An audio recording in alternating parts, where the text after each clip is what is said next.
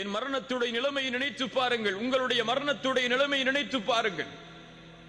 மரணமாக கூடிய அந்த நேரம், எம்முடைய உயிர் தொண்டை குழியை அடைக்கக்கூடிய அந்த நேரத்திற்கு முன்னால் உள்ள நிலைமை, எம்முடைய பார்வைகள் எல்லாம் நிலை குத்தி இருக்கும், நெற்றியெல்லாம் வேர்க்க ஆரம்பித்துவிடும், முடிகள் எல்லாம் சிலிர்க்க ஆரம்பித்துவிடும்.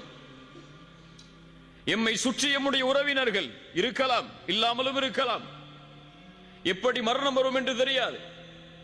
தனிமையின் அறையில் இருக்கும் பொழுது, கதவுகள் அடைக்கப்பட்டிருக்கும் போது மரணம் வந்தால் மக்கள் அறிவார்கள் 2-3 நாளுக்கு பிறகுதான் நாம் மரணமாகி விட்டோம் என்று. ஒருவேளை எம்முடைய உறவுகள் சூழ்ந்திருக்கலாம், எம்முடைய பிள்ளைகள் சூழ்ந்திருக்கலாம், எம்முடைய பெற்றோர்கள் சூழ்ந்திருக்கலாம். அந்த நிலையில் கண்களுக்கு புலப்படும் மறைக்கப்பட்ட விஷயங்கள் எல்லாம், ஷைத்தான் அவனுக்கு மிக அருகாமையில் வருவான். ஷைத்தானை நேராக பார்ப்பான் அந்த மனிதன்.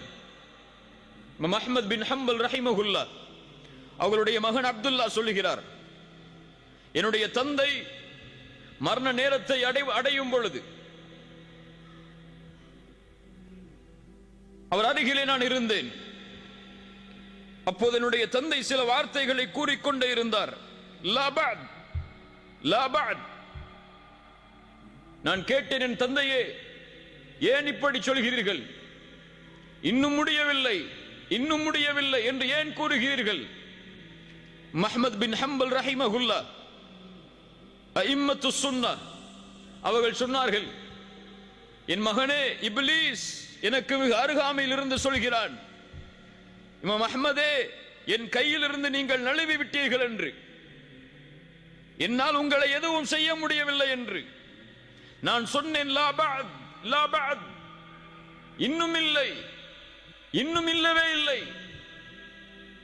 என் மரணத்துடைய இறுதி நேரம் வரை உன்னிடத்திலிருந்து நான் என்னை பாதுகாக்க வேண்டும். என் மரணத்துடைய நிலைமை வரை என்னுடைய தௌஹீதை நான் பாதுகாக்க வேண்டும் என்று கூறி இறுதி கலிமாவாக அவர்களுக்கு அல்லாஹ் தௌஃபீக் செய்தான். லா இலாஹ இல்லல்லாஹ், மரணமானார்கள்.